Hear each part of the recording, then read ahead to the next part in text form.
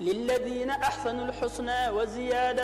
ولا يرهق وجوههم قتر ولا ذلة أولئك أصحاب الجنة هم فيها خالدون والذين كسبوا السيئات جزاء سيئة بمثلها وترهقهم ذلة ما لهم من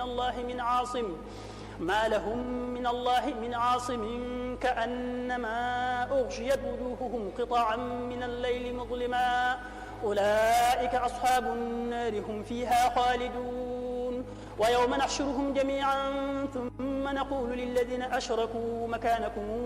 أنتم وشركاؤكم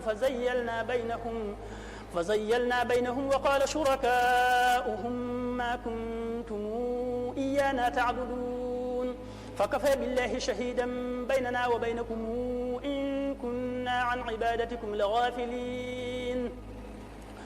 هنالك تبلو كل نفس ما أسلفت وردوا إلى الله مولاهم الحق وضل عنهم ما كانوا يفترون قل من يرزقكم من السماء والأرض أم من يملك السمع والأبصار ومن يخرج الحي من الميت ويخرج الميت من الحي ومن يدبر الأمر فسيقولون الله فقل فلا تتقون فذلكم الله ربكم الحق فماذا بعد الحق إلا الضلال فأنى تصرفون كذلك حقت كلمات ربك على الذين فسقوا أنهم لا يؤمنون قل هل من شركائكم من يبدأ الخلق ثم يعيده قل الله يبدأ الخلق ثم يعيده فأنى توفكون قل هل من شركائكم من يهدي إلى الحق قل الله يهدي للحق أفمن يهدي إلى الحق أحق أن يتبع أم من لا يهدي إلا أن يهدى فما لكم كيف تحكمون وما يتبع أكثرهم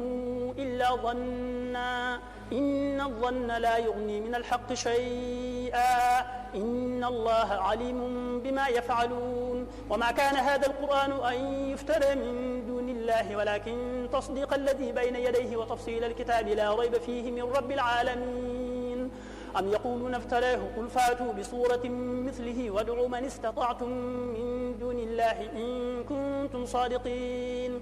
بل كذبوا بما لم يحيطوا بعلمه ولما ياتهم تاويله كذلك كذب الذين من قبلهم فانظر كيف كان عاقبة الظالمين ومنهم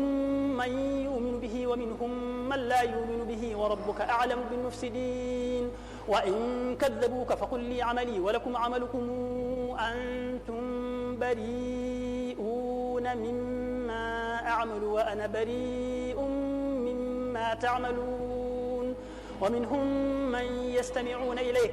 أفأنت تسمع الصم ولو كانوا لا يعقلون ومنهم من ينظر إليك أفأنت تهدي العمي ولو كانوا لا يبصرون إن الله لا يظلم الناس شيئا ولكن الناس أنفسهم يظلمون ويوم نحشرهم كأن لم يلبثوا إلا ساعة من النهار يتعارفون بينهم قد خسر الذين كذبوا بلقاء الله وما كانوا مهتدين وإما نرينك بعض الذي نعدهم أو نتوفينك فإلينا مرجعهم ثم الله شهيد على ما يفعلون ولكل أمة رسول فإذا جاء رسولهم قضي بينهم